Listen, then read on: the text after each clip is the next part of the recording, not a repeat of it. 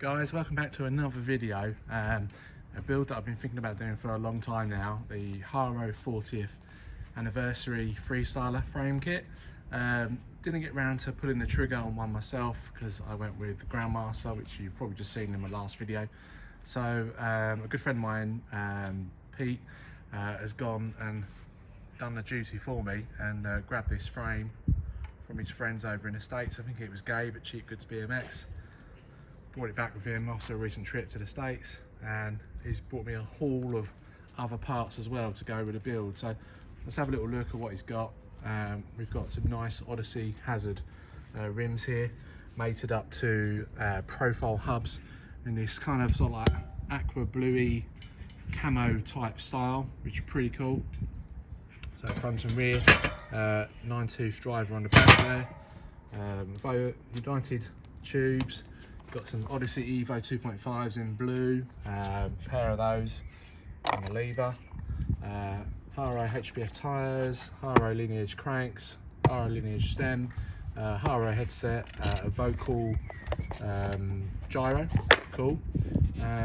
These are nice. I think they're S&M bars. Yeah, I think so. S&M bars, XL, Credence. 9.25 inch. Odyssey slim seat with a stitching. I've always quite liked these. Just never got around to pulling the trigger on one myself. Demolition pedals and grips that kind of match the profile hubs in their kind of pattern. But I've also got some different dark blue grips here, which are S&Ms, just in case we don't like those ones. United chain, profile sprocket, Odyssey levers, Odyssey bottom bracket, quick release seat clamp. Not something I'd ever think about fitting, but it's cool. It's in the same kind of blue. 28.6. Just trying to think now if that's even going to fit, but we'll find out in a minute. And a profile chain wheel adapter, spline drive. So yeah, this is going to run spline drive cranks on this. Now, I've never fitted any of these before, so this is going to be a bit of an education for me, but I'm sure it's pretty straightforward.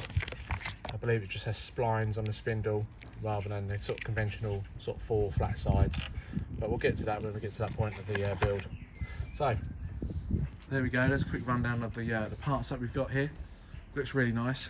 Some of the bits I possibly wouldn't have chosen myself, but do you know what? This might inspire me to do my own build. So let's crack on with it and let's see how we go. Okay, so bottom bracket's in, and so is the spindle. So as you can see, because it's a spline spindle, it has all these like little grooves on, rather than your conventional sort of like 4-sided flat spindle. So the next job is to have a go at getting on the sprocket. Now this comes with a special adapter, which is this. And you can see there at the top it has an arrow. That arrow needs to line up with an arrow that's on the sprocket itself, which is just above my thumb there. I don't know if you can quite see that. So that goes in from the front, and then there's a washer that goes in from the back that then fixes in place on there. The front washer here again has the splines in, you can see there. So that's how you line it up. So unconventional way of doing it, because normally with a front sprocket it fixes onto the crank arm, and then you slide it on place, whereas this is fixed in place with the actual spindle itself. So let's have a look at doing that and let's see how it comes out. Okay, cranking. Never fitted one before, so it was an experience, but it seems to have gone right. Only concern is the gap between the sprocket and the frame. It's probably like a few mil. It looks exceptionally close on the video. I think it's to do with this S&M sprocket. It's got like a guard at the front there, that area in the middle, and then the sprocket, so it pushes it unnecessarily close to the frame. Everything's done up correctly. That's really nice. The blue goes with the blue on the frame. And there's no clearance issues, so we'll crack on and do some next stages, like brakes and the front end. Fun and games off camera, so I'll potentially have this all around. So this washer here, the spline washer which I showed you before, on the instructions actually it says go in from the front. But the trouble is, when you go in from the front, you have literal zero clearance there, well 2 or 3 mil. And then when you put the brakes on, which I did, the brake arm actually touches the back of the sprocket, so it's not right. So I managed to get the arms off, which I was a little bit worried about being spline because you can't really pull at them. And what I've done now is followed a bit of advice and put this washer in from the back. The reason I've gone in from the back is because it's obviously got that lip. It's got to give me that little bit of extra breathing space. Plus I've got another little washer to go in there as well, so hopefully when I put this on now, I'll have the right clearance. Well, that was a kerfuffle, but it didn't beat me. I learned from it and we move on. Still got concern over the rear caliper being quite close, well, touching the sprocket there, but I'm hoping when the cable is in, it won't actually come back that far. But look, these look pretty cool in the frame, don't they? Blue Odyssey hazard lights, profile. Is that a mini hub? I'm not sure. I think it's in a mini. But yeah, very nice detail on it. I'm not sure about these pedals, but they go with the hub, and each to their own. But yeah, that's on. I also fitted this seat clamp. It's a quick release seat clamp, so look, I can see the benefit of it. You ride to the park with your seat up, and then when you get to the park, if you want to drop your seat down lower, then obviously you've got a quick release, so you can just do that. Not something I'd go for, but I don't really go to the park, so right, let's get on with the rest of it. Well, look at that. That's looking pretty cool.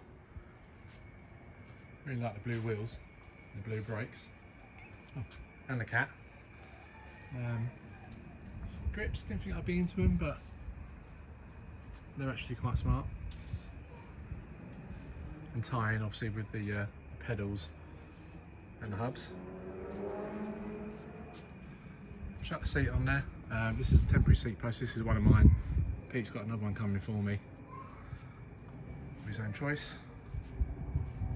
So I'm still waiting for brake cables to come through, so I think I'll just chuck the tyres on for now, and that'll do for today.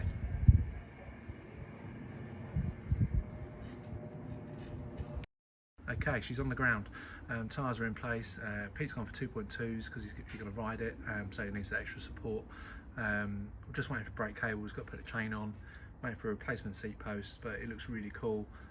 So we're going to stop this for today, and we'll start again in a minute with hopefully the remaining parts, and we'll get the bike finished. Okay, bike's back on the stand. I've got a few more bits to go, cables, chain, and we'll get this thing done. I've popped the front wheel out, so I find it easier to have the front wheel out to route the cable up through the steerer tube of the forks and out the top and the bottom. So I'll have a little go at doing that now, and then we'll report back in a second with the progress. Okay, so if you've watched me last video on the Grandmaster build, you'll notice that I did a hint about putting the brake cable up from the bottom of the steerer tube and out here, out the top. The benefit of this is it just makes it easier to sort of like thread the outer cable down through over the top of this, and then once you've got the outer cable down and through, you literally just pull this cable out and then just feed it back in the other way. This is probably like the easiest way to get the cable up through this sort of like weep hole here, and then up through the steerer tube and out the top. So let's get the outer cable on, and then that front, the cable will be completely threaded. Okay, so there's the front brake cable routed through, coming out the end here, and as you can see, I've got a big excess bit which I need to trim off. So before I put the inner cable back through, I'm going to trim the outer cable first. So I will probably put the front wheel back in, line up where I think the brake caliper needs to be, and then just gauge how much it needs cut off. It's probably going to be about that much, so I've got a nice little sweep, maybe a bit shorter, but I'll get the front wheel in first and then get it all sort of like lined up, and then see how I think what looks best, and then go from there. Okay, so front brake cable done. Really easy, quite straightforward. Got a nice little bit of movement on the lever. A nice solid grip on these pads on the rims. So yeah, that looks nice. Got a little bit of obviously a swoop there on the cable. Maybe could have gone a touch shorter with that, but I'd rather go too long and then trim it back later than too short and you can't add it back on again.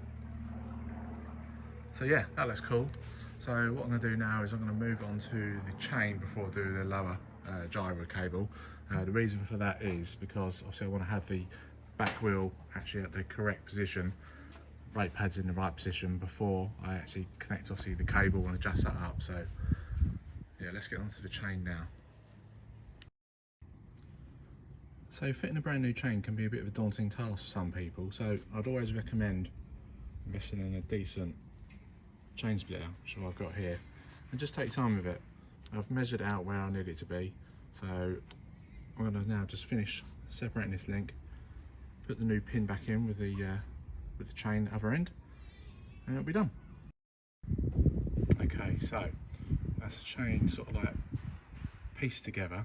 You then just got to put this pin all the way in using my good old Cyclo chain splitter, and it's will be done. Okay, so chain now completely done. Wheel adjusted using little adjusters here just to get it nice and straight. So just need to put the bolts back on. Now I'm happy with the positioning and I'm happy with the chain tension. Got a little bit of movement there, but then once the bolts go on, I'll actually tighten it up a little bit further just to make sure that there's not too much slack in the chain. It is finished. I'm really pleased with it. It looks great. So cables are now on, chains now on. Yeah, I think it looks cool. I wouldn't have chose some of the sort of like cloudy blue parts, namely the pedals and grips, but do you know what? I actually quite like it. It looks really cool. This build was given to me by Pete, and I built it for him using his supplied parts. And yeah, look, it's really cool. I like it. It's nice. I'm actually tempted to grab one of these frames myself now and just have it for a future build. Jump in the comments if you think I should do my own version of this. Give me a thumbs up, give me a subscribe, I'd really appreciate it. I've sort of not done any builds, well, I've only done one build this year apart from this, and the reaction was good and it's kind of reinstalled the love for it. So yeah, I'd like to do more builds. So yeah, jump in the comments, give me a like, give me a subscribe, tell me what you think of this build, what would you change, what would you do differently, and just give me any feedback. I really appreciate it. So look, thank you. I'll see you on the next one.